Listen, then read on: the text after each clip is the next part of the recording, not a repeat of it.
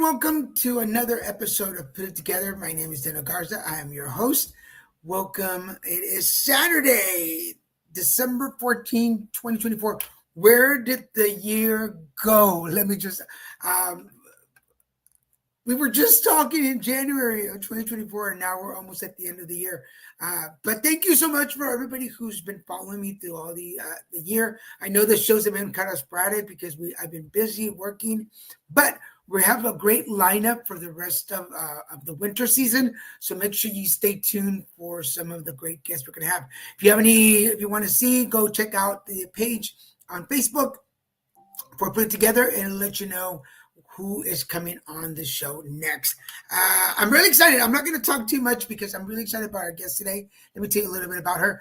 Annika Vuppala is a passionate and driven high school senior at Skyline High School in Sammamish, Washington. At just 17 years old, Annika has already made significant strides in the field of biology and cancer research, conducted research independently and with professors at Washington University at St. Louis. Annika's interests are diverse, encompassing research, advocacy, fundraising, baking, and I'm not going to say it because I'm going to mess it up, so I'll let her say what she comes. She's particularly focused on supporting cancer patients through her nonprofit, CanSER, and that's CanSER, Support Education Research. Just a couple of months ago, she launched a national outreach campaign to advocate for the creation of a national model to better emotionally support cancer patients. She has 16 endorsements and counting with notable Washington State representatives, Seattle's Children's Hospital health advocates, influencers, and survivors. With her dedication and enthusiasm, Annika is poised to make a lasting impact in the cancer community and beyond. And I'm so proud to have met her. And I was looking through the website. I was like, hey, that's my picture. So I'm excited to be supporting her in her campaign. And without more, Annika, hi, welcome to the show. Hi, thank you so much for having me. Thank you for that introduction. Well, when I'm gonna say this, when Annika sent me her bio, I was like, no, because she sent me like 2 sentences. I was like, you are so much more than 2 sentences. We've got to grow this bio and make it really good. Let me just start by saying how impressed I am with somebody so young taking such interest into it. And for the people that follow the show and are always curious how I meet my guests, actually, Annika approached me and sent me an email. Not to highlight myself, but how did that come about? How did you find me? Where did that begin? Mm-hmm. Yeah, so I was really at the beginning of my outreach campaign. I'm just looking on social media, reaching out to every advocate and influencer possible. And I came across your Instagram and I looked more at your website and I just loved the work that you were doing in terms of advocacy and supporting HIV and anal cancer patients. And I was like, I really want to not only get your support of my campaign, but then also speak with you and learn how you've achieved so much and, hopefully emulate that myself. So I reached out and I'm so glad that I did because I've learned so many things just by speaking with you and, I've gotten so many opportunities. So thank you. Well, thank you. And before I forget, I want to welcome everybody who's watching us. I forgot to say at the beginning, I'm so excited. For everybody watching us on Facebook and LinkedIn, please do us a favor and share this on your page so that other people can watch along. If you're watching us on YouTube, scroll down, hit that subscribe button and the notification bell. It'll let you know every time there's a new show on the air. And for all of you watching us on Instagram, although your comments will not be able to pop up on our stream, I am keeping track, so I will read them and I will post them. So make sure that if you have any questions or comments, we will post those on there. But thank you to all our friends who are watching. I'm not going to hold back because I want you to share your story. Annika, pronounce your last name for me correctly so that I know that I'm saying it correctly. Vuppala. Vuppala, excellent. So Annika Vuppala, tell us how you put it together. I guess it really started almost 5 years ago when my mom, she was diagnosed with breast cancer in 2019.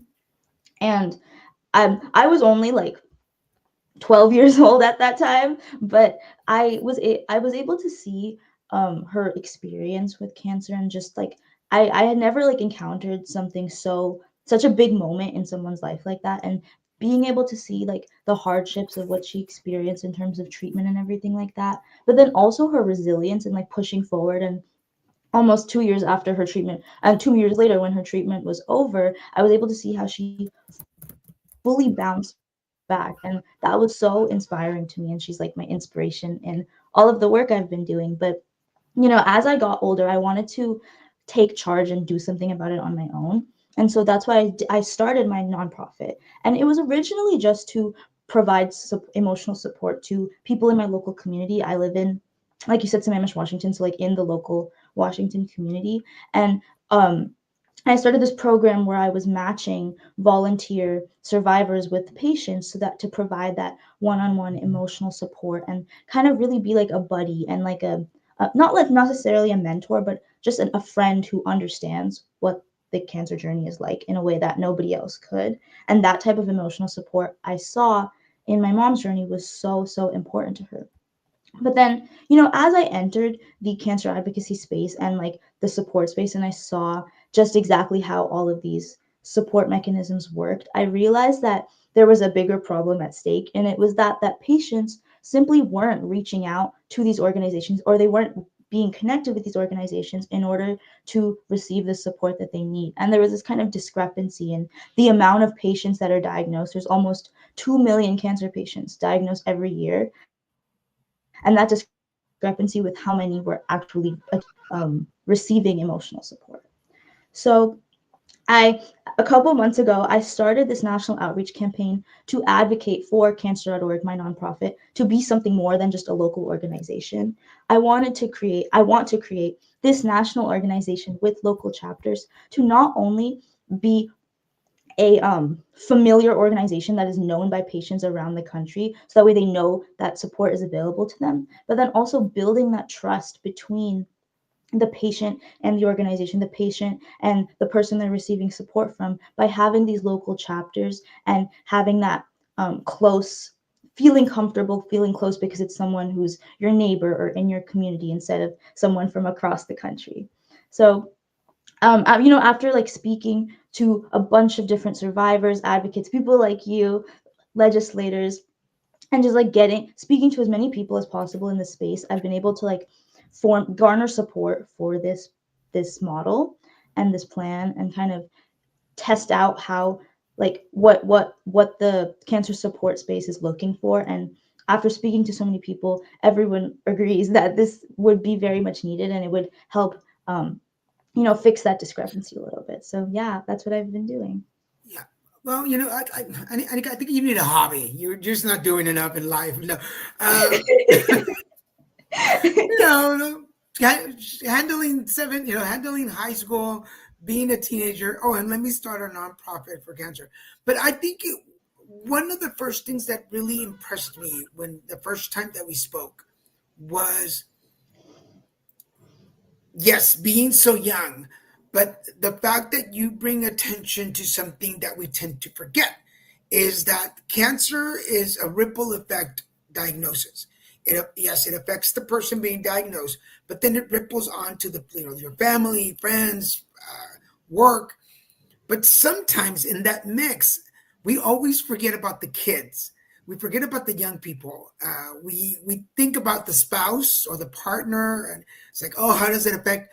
But the children, somehow we forget that you're also part of that ripple effect. Can you take us back a little bit to finding out when your mom was diagnosed and how that affected you? Yeah, I agree. I think that um, definitely, like, this, because I was so much younger, I did not play as much of a role in her actual caregiving, just because my parents, I'm really grateful to them, and they did a great job of kind of sheltering me to the more like gruesome parts of her treatment, or like the just the extent of what she was going through, because I was younger. But I think that it's like, I remember when my mom was diagnosed, it was really scary because I didn't like fully comprehend like what was going on. Like, I didn't know the implications of what was happening. I just knew that my mom had something bad happen to her. But Right. I think that with time, I was able to greater understand kind of what cancer is actually like and the type of toll it takes. And although maybe I didn't immediately come up with a solution, that definitely impacted my outlook on life. And it like made me, first of all, it made me very appreciative to all the things that I have access to, and the fact that my mom was able to receive such amazing treatment. And I know a lot of people aren't able to receive that type of care. Right. So I was really grateful to my family, my friends, my dad, who did the most of the caring for her. But I think it just made me very like reflective on my life. And although it was scary at the time, I'm really glad that she was able to come out of that stronger. And I think I came out of it stronger too. Cool. And Mrs. Mom, she's good right now? Yes, she is. Yes. Hello, Mrs. Mom and Mr. Dad. Thank you for her. She's awesome. Can I tap into that a little bit more? Because you mentioned you were 12 years old when your mom was diagnosed. Yeah. Um, and yeah, for I think in any culture, any gender, we always think like unless you're old enough, we're not going to give you any of the gruesome details. Anything. How, as a 12-year-old, if you can put yourself there, as you're watching things unfold, do you feel a connection? Do you feel disconnected? What goes through it? Because obviously, I'm not a 12-year-old kid, and I didn't grow up knowing anybody or that I knew went through cancer. But as a 12-year-old child, what goes through your head? You know something's going on, but maybe you don't know all the details. How does a 12-year-old process that? I guess that's the question. As a 12-year-old, how did you process the information that was given to you? And looking back, do you wish you had more information available? I think that's interesting. I don't I wouldn't say that. I think my parents, they I'm an only child, so like Hmm. me and my parents were very, very close, and I love that, but I think they did a really, really good job of kind of like telling me like the general picture of what was going on, but I wasn't like I didn't come with my mom to the hospital because like my parents didn't want me to see her getting her treatment and things like that. So I think that they did a really good job of like telling me what was going on, but still sheltering me and keeping me kind of like unaware to maybe the more of the gruesome details. And I think that that was really I think it would have taken a much greater toll on me if I hadn't been sheltered like that. So I think as because I was so young, I think that was kind of necessary.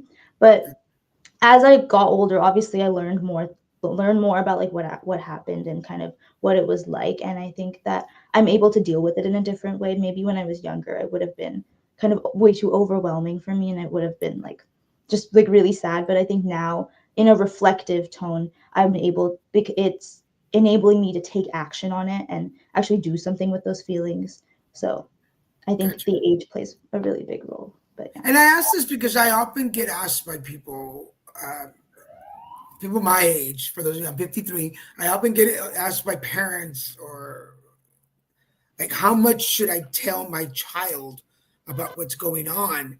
And Mhm. I'm not a child. I don't have a child. So that's usually a difficult question. This is one of the reasons I was so excited for you to come on the show is we're finally, or in my case, in my advocacy, we're finally getting a young person that could give us a young person perspective instead of Yeah. a therapist or a psychologist saying, well, I think this is the way a child would react.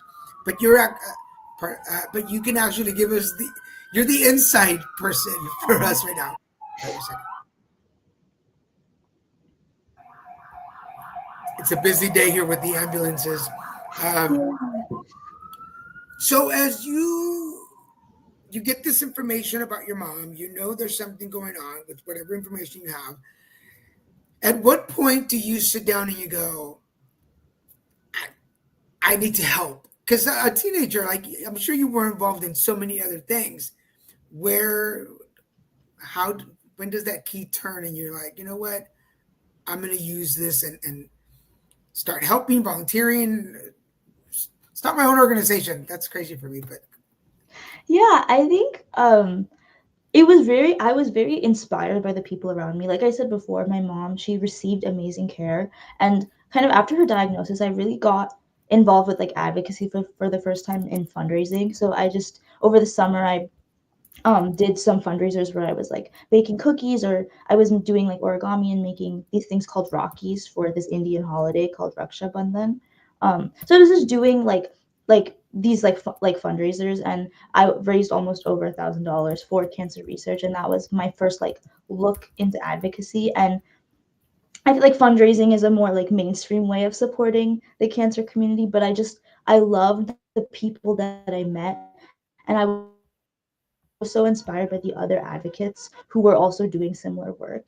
And I was, based on my experience and the, like, I guess, issues that I identified in the support process, I wanted to get more involved and take that next step. I think something that's, I think, I feel like you were saying, like, I think it's really crazy for a teenager to be doing something like this, but I honestly think it's been so fulfilling because I've been able to pursue this passion not just as like a side hobby or like another extracurricular to add to my resume or like my college app, but it's something that I'm genuinely passionate about. And like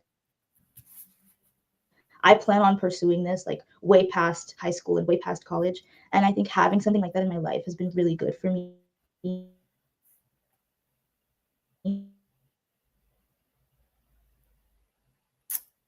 terms of like changing my community. We're having a little bit of. Can you hear me? Yes, yes. We're just having a little bit of technical issues, but we'll work through those. Uh, I'll take this moment to say, everybody, if you have any comments or questions for Annika, please type them in. For those of you watching on Instagram, feel free to type them into the comment section, and I will make sure I bring them up. But any comments or questions, please feel free to send them our way. Tell us a little bit about the day that you were like, I want to start a nonprofit. I want to start this organization. Um, what was the moment like? Was it like you? In my head, I picture this movie moment where you're laying in bed, you just like sit up, and you're like, I'm starting a nonprofit. But I'm not sure. Maybe it's less dramatic than that. What was the moment? The name, because we want to talk about the name. Um, what was that like? What was the process? Was it all on your own? Did you get some help? What was? Well, it definitely wasn't all on my own. I can tell you that. I don't remember the exact moment. I would love to say that it was that movie moment where I was just sitting and I was like, I have this amazing idea. Um, I really think I remember it was like during my winter break, and I was just like sitting or something. I'm not sure, but I came up with this idea somehow, and I went to my mom about it, and I asked her. I was like, "Do you think this is a good idea?" Because like I value her input so much, and she's like a first person perspective, and so I asked her. I was like, "Do you think this is a good idea?" And then I took it to my dad, and I was like, "Do you think this is a good idea?" And we just kind of discussed it and like brainstormed almost like, could this be a reality? Is this something that's actually necessary? And we kind of fleshed it out for like a week, and we were just, me and my family were just discussing on like how I could approach doing something like this. And then it slowly grew, and I took this idea to advocates at Seattle Children's and Fred Hutch and legislators and everything like that. And just getting everybody's input was super important. But I think that aha moment was very, I don't know if it was a movie moment, but it was definitely like a family initiative. And I got the support of my parents a lot, which I'm really grateful for. Got you. Well, when they do the movie of your story, and they're like, oh, this happened. Make sure that they do that. Like you're just laying in bed, you're like, I'm starting a nonprofit, and you're like, yes, and music and Yeah. fireworks and stuff, because that's how I pictured it in my head. Tell us about the name. It is CAN-SER, correct? Yes. Okay. Where, How did the name come about, and where did you? How did that? yes. So the name was actually, my dad is so good at coming up for names for things. He'll come up for name. He'll come up with names for like literally anything, and he's so good at like coming up with like catchy like new names. And so we were just discussing this, and he was like, what's a good name? And then it just stuck. So I mean, credit to him for that. Well, And yeah, kudos, I Mr. think. Dad. Hmm? I said kudos to Mr. Dad. Kudos to him if he's watching. So yeah, he Cool. heard that. Yeah, because so it's CAN, and then support education and research. Uh, Right. I know there's the words, but can you break it down for us? What does that mean within the organization? Right, yeah. So support is like obviously the number one focus of my initiative and like what I'm trying to achieve, like the main mission. So obviously that comes first, support and supporting people in a multitude of ways and specifically through education and research. So a little bit more on support, the Cancer Concierge program, which I was talking about earlier, which is pairing volunteer survivors with patients. So that's one way we're supporting patients in our local Seattle community. But then to a greater extent, this campaign, it's all with the goal of improving emotional support available in mind. So support, obviously the most important focus, but then also education. We have a bunch of blog posts that we post regularly of just like educating people on maybe like symptoms to look for, or new treatments that are coming available, or better ways for caregivers to support their patients, things like that. Just educational resources for people to help people through this journey that are just like freely available online. And then lastly, research is super duper important to me. Both like I'm so passionate about cancer research in terms of me as a researcher, but then also supporting it. So like through the fundraising initiatives that we do in terms of supporting research at Fred Hutch or Seattle Children's, and then also just like my research of me working in biology research and cancer research. So I Cool. feel like those the like three prongs really like holistically tackle the problem, which is the goal of the organization.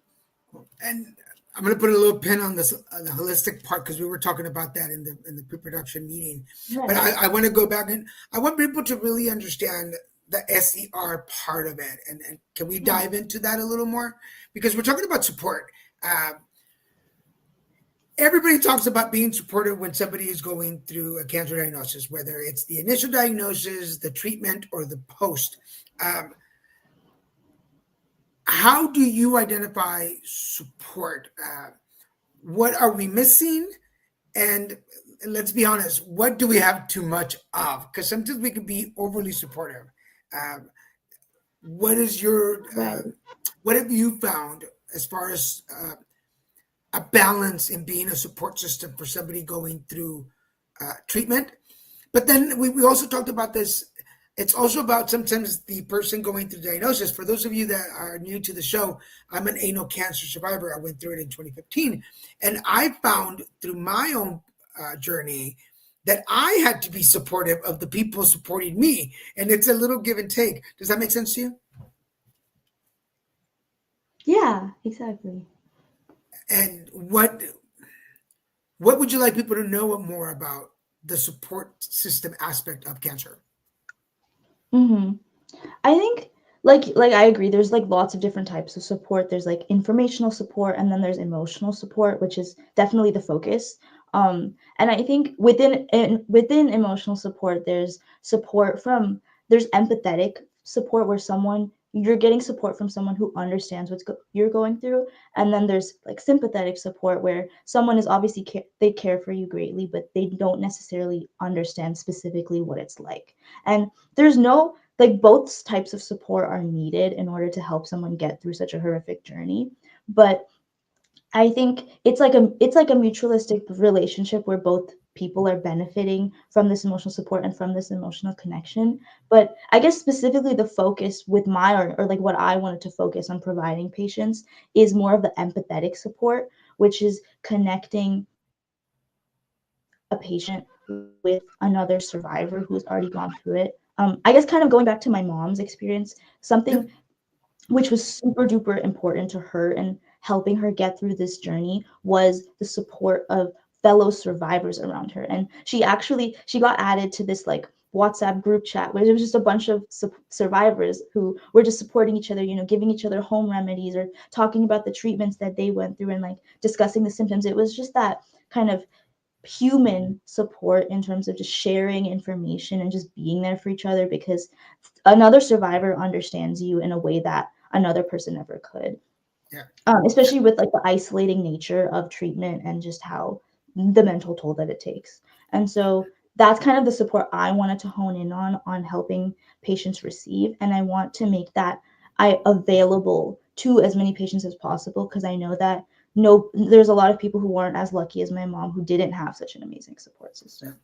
And let me, for people out there, from my side, as I was looking through your website and the support part of it, and and what I referred to as the spectrum of it. There's one side where yes, it's unfortunate that there's some people out there who go through it alone, who don't have family close by, or are alone, that don't have anything, and they rely on their care team to be their support system. And then there's the other side of the spectrum where people are overwhelmed with Yeah. people around them who everybody wants. And sometimes the and it's a term now. I didn't know it until I was going through it. The toxic positivity part of it, where everything is awesome. And sometimes when you're going through treatment, you want to tell people that you feel horrible. It's like, I am not feeling it. Don't come near me. Don't look at me. Like, you're breathing my air. I remember I used to say that. You're breathing my air. Like, get away from my air. Mm-hmm. And then those, even a WhatsApp group. I was on several Facebook groups where only people that are going through something similar can understand what you're feeling. And I have a very twisted mind. So my jokes when I was going through cancer, particularly as an anal cancer patient, there was a lot of very inappropriate jokes that I was making about anal cancer. But it took another anal cancer patient to like sit with me, and we would chat back. We would send each other typing jokes, and but that helped me because he was the only person that I could understand how I really felt. And yes, to what you're doing, like it's to partner somebody with somebody who understands you, not just somebody who knows about cancer or has been through cancer. It's very important. It's like blood types. You can't just mix blood types all the time. You have to find the right Exactly. specific one so that they can understand you. Does that make sense? Yeah, exactly. And I think going off of that, another thing which is so important is like you were saying, finding not only another survivor who understands, but then someone who like aligns with your interests and your like cultural background. Because like again, like you guys bonded over your like similar coping mechanisms of humor. And like my mom, she connected with a lot of like other Indian moms because they like valued certain things like home remedies and things like that. And so like connecting with someone not only who's been through the experience, but then also like has a similar background and honestly can just be a friend because she built so many friends over this, as I'm sure you did as well. So, aligning in other ways besides cancer, I think, is also super important. I think you just touched on something really important that a lot of people forget about, and it's not always on. It's not on every questionnaire that you fill out at a clinic or a hospital, but it is and I talk about this in my HIV advocacy. It's religion, culture, and social norms. They they are part of the healing process. They have as much to do with going into treatment, being in it, and the way that you and I'll say these two things because of the work that I do in energy work and meditation and Reiki.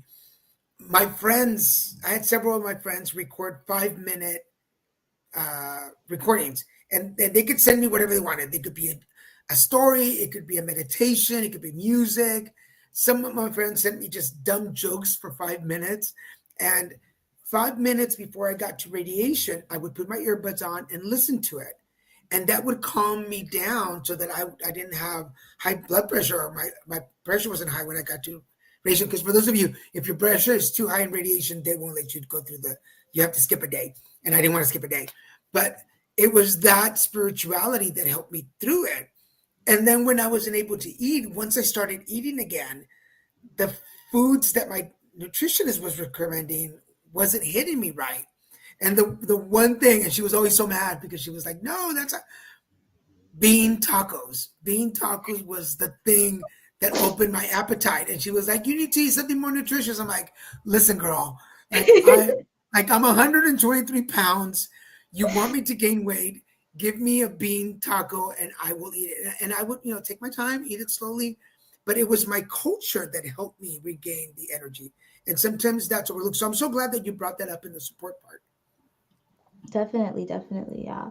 And I think that also like you were saying, like it plays such an important role in like being able to connect with someone because like I guess my goal with this, like my end goal with providing support to patients is that their relationship with their like the survivor that they're paired with transcends cancer and it just turns into friendship, because I think that's what makes it most powerful. And then through like my outreach campaign, by having these local chapters, you're allowing people to connect not only over cancer, but then culturally, spiritually, just like, oh, that's my favorite restaurant too, it's down the road. So it's like the smaller things like that, which only come from being in the same place or experiencing similar like geographic areas or like psychographic areas, things like that. So There, that's what I there, want support to eventually reach to.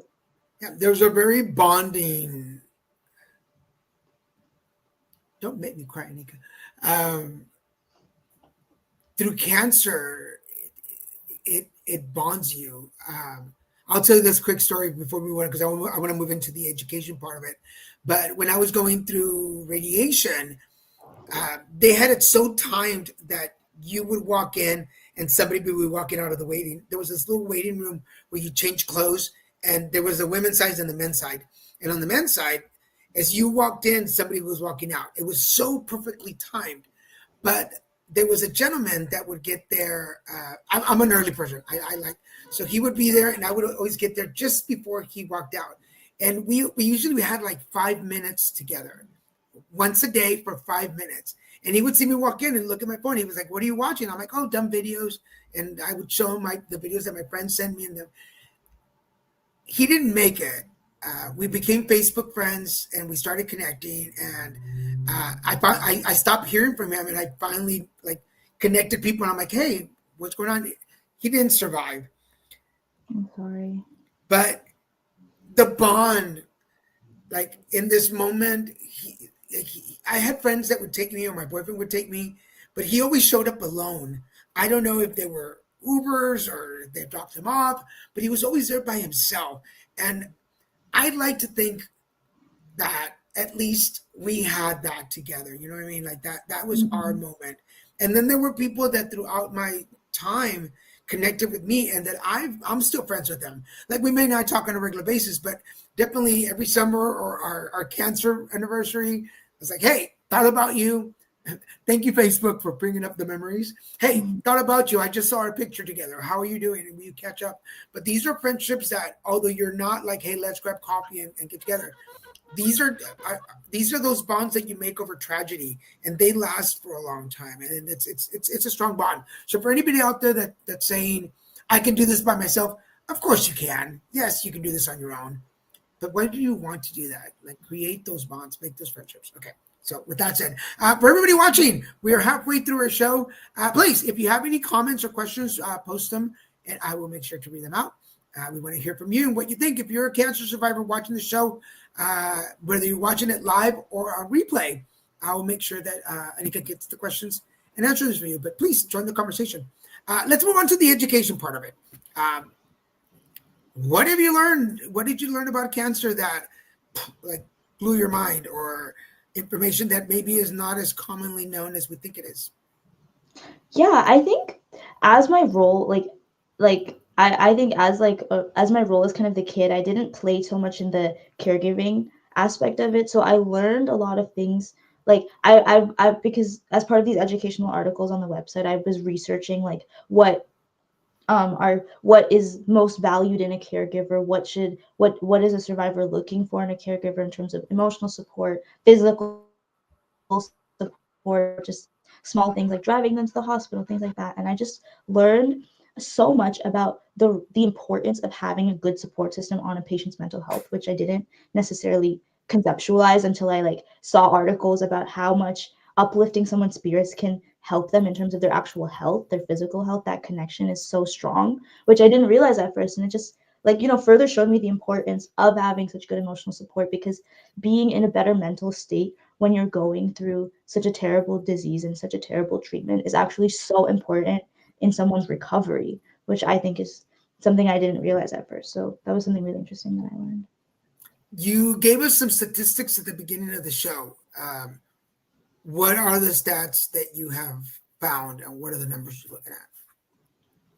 Well, I guess some statistics that I like know about through my research is more on the incidence of cancer. So I saw this really interesting statistic where it was like every 1 minute there's 4 new cases and 1 death, which I think just Right. conceptualizes the extent of cancer's impact on our country and on our society, and that's such a huge number, and I think it's like mind-boggling how many people are affected by this disease, and it's really only increasing. So getting people involved in advocacy and support in any way they choose, I think is so important, because this is like a it's a disease that's affecting every person in our society, because everyone, maybe they've not been personally affected, but they know someone that has, and it's just so prevalent in our society that it's an issue that needs to be tackled. Yeah, with statistics like that, you pretty much are 1 degree away, if not 2 degrees away, from somebody who's either gone through or connected to somebody who's gone through cancer. Um, when it comes to the education part of what do you, as an organization, want to teach the community? I think I my main goal with these educational posts is really just to provide insight and education on how to be a better caregiver and how to be more there for the patient that you're supporting. And then also at the same time, increasing awareness of the resources that are available to patients and caregivers, whether that be through new treatments that are coming up, which they might be eligible for, or that might be like strategies on, or like questions to ask your doctor when you have an appointment with them, just like smaller ways to empower someone and support them, maybe not from an emotional standpoint, but just like in the overwhelming nature of treatment. As far as continue with education, have you had a chance to present in front of other young people in your age group? And if so, how have they received the information? Um, Maybe not presenting in front of other people in my age group. I feel like I'm kind of an outlier in the cancer support space, and a lot of the people I'm talking to are like adults, which is, totally cool. I did present to the Seattle Children's Patient and Family Advisory Board, which was really, really amazing, because I presented them my idea, my outreach campaign, this like national model that I want to build, and I got to hear like direct like insights and feedback, and how these patient families could have saw this as super important during their own cancer journey with their children, because they were all pediatric cancer families. So kind of how they could be supported as caregivers more than the actual patient. And I think that was a really, really interesting perspective, because a lot of the survivors that I was talking to before were breast cancer survivors. So it was like perspectives coming from the patient. But now I got to hear the perspective of caregivers, and specifically caregivers of their child who has cancer, which I think is so, so much more impactful and so powerful to have heard their stories, and then also heard their insights on, it's like feedback on how this could be built. Cool. And we talked a little bit about culture and religion and social norms within cancer. In certain cultures, we don't talk about when somebody's sick. You keep it in the family. Let's not talk about it. Like it's, I know that even in some Latino communities, it's still considered the C word. We don't say the whole thing because you don't want anybody to know. Within your culture and your background, how has the acceptance been? Is it easy to talk about cancer? How do people view you coming out and being so open about this?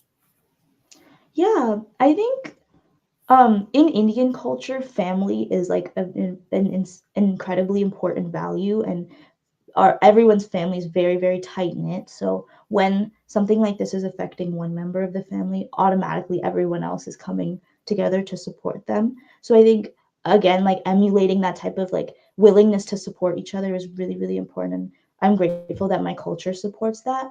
But I think like I agree with you, like it's definitely like keep it in, like you get support from your family, but maybe not telling everyone else. But then as I was working to build this organization, I think talking about it and talking about the emotional impacts of it and talking about the importance of emotional support transcends that notion that you got to keep it in the family, because this is an issue that is so important and something that is so important to create and achieve. So yeah. Yeah. I think that's one of the important things, talking about, continue with the culture conversation, particularly like for Latinos. We moved to Texas when I was 3, so I consider myself first generation because I was raised in Texas, Right. and I think we find ourselves in that middle ground where you're like committed to your family values, but you're also like this Americanized version of what it is.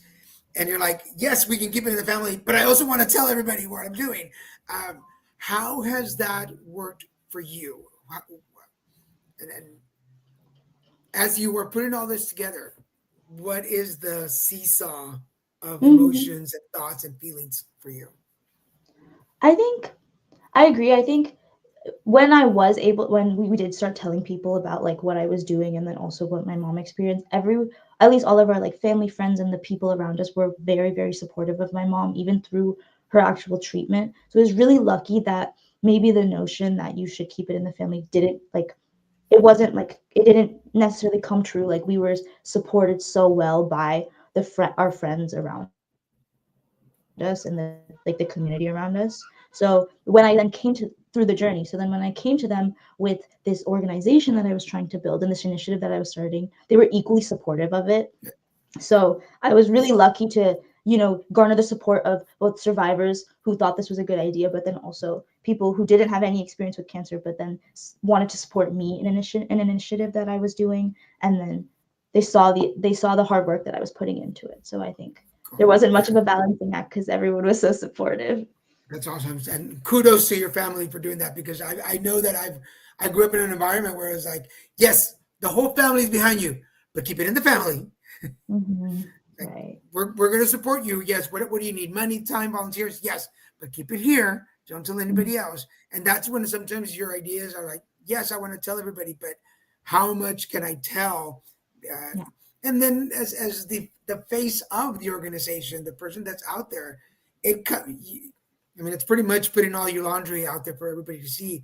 And sometimes, so go kudos to you and applaud to your family. Okay, let's get into, we're in the 20-minute mark for everybody who's watching. Thank you for sticking with us. The research part. Um, how are you tackling the research? What have you discovered in your research? And what can you share with us? Yeah, I'm very, very, very passionate about cancer research. It's something I hope to like pursue as like my job in the future.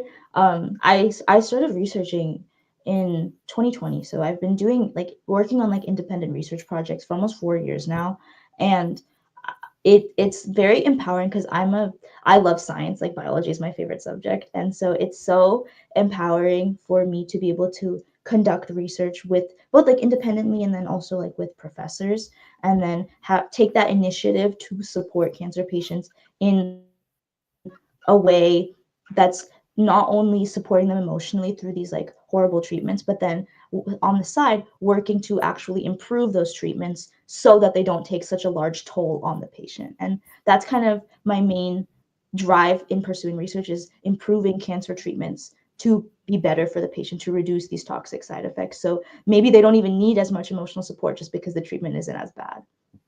That's interesting. That's good. That's something.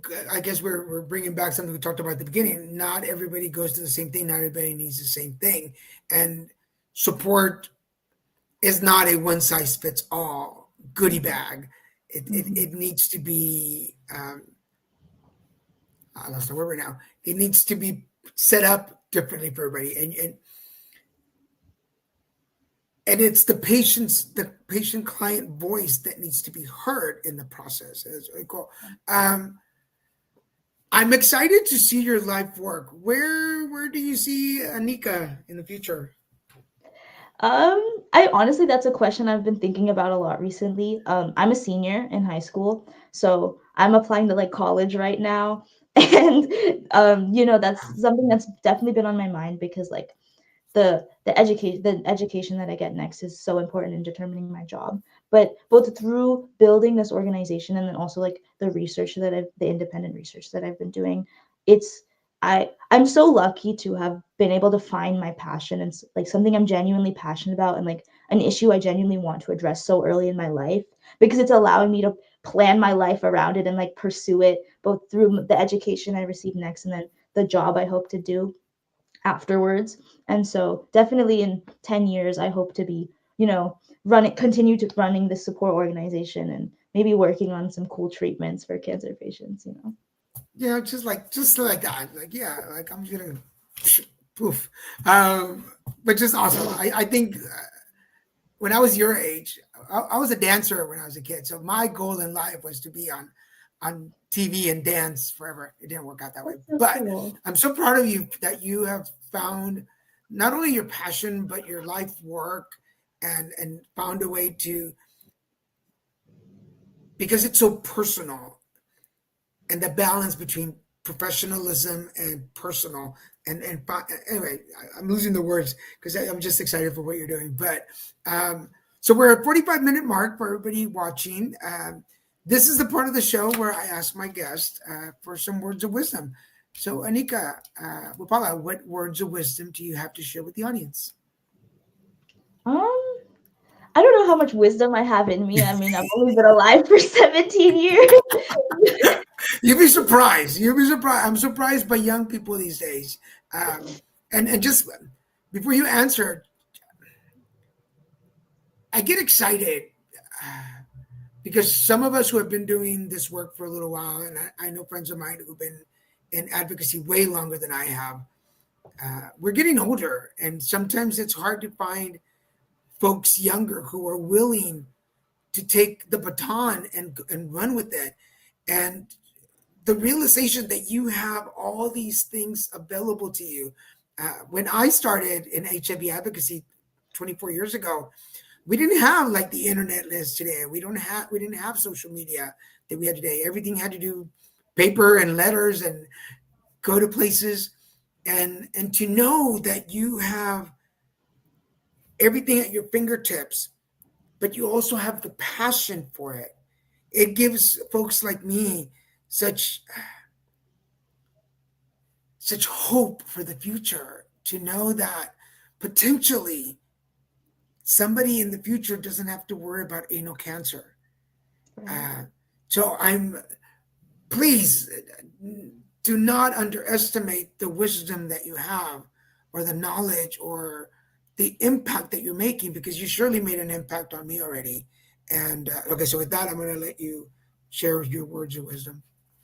Yeah, I guess if I had to give one piece of advice to maybe someone my age who is, maybe doesn't know exactly what they want to do in the future, I would say that following your passion is the most important thing, because it takes something which you might view as like mundane work or like tedious or just like, oh, I have to do another thing on my to-do list, to something you're genuinely passionate about. And when you're genuinely passionate about something, that's when you will be able to achieve your goals and then even like excel past them. And that's when you're able to create real change in the world, which I hope everyone wants to do. So I would say finding your passion is the most important thing. And then from there, everything becomes easier.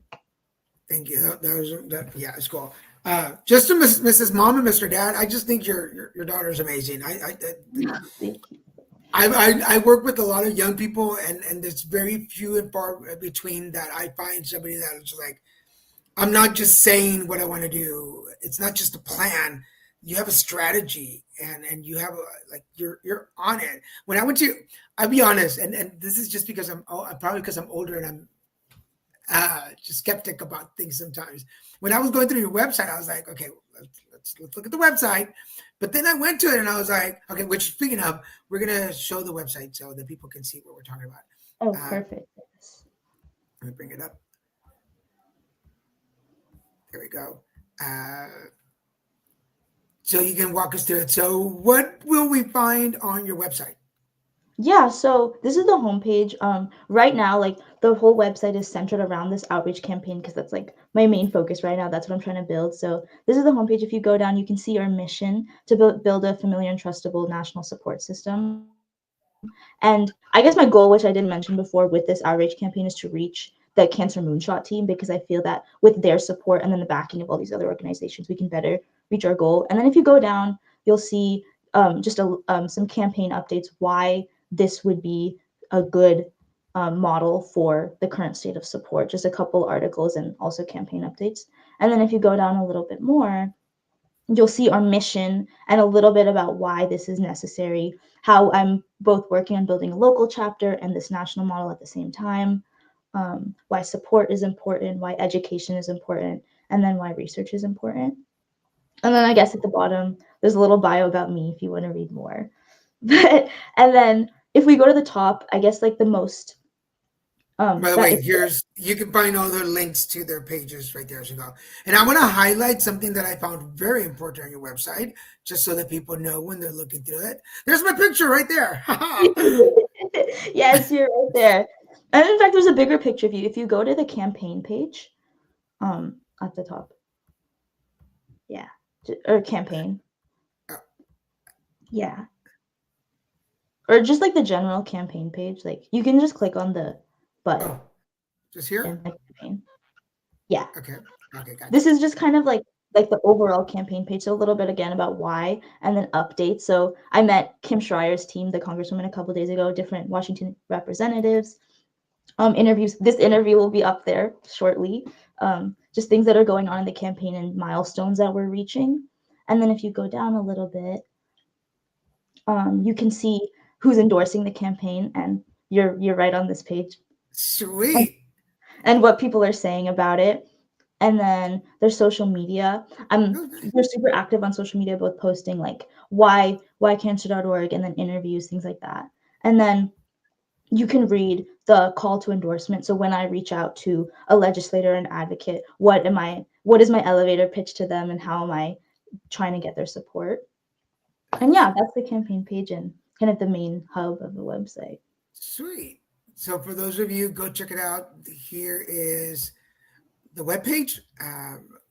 So you can check out and show your support. If you want to follow her on Instagram, here is the Instagram link, so you can check that out. You can also find her on Facebook, and I didn't put the LinkedIn site, but you can also find her on LinkedIn.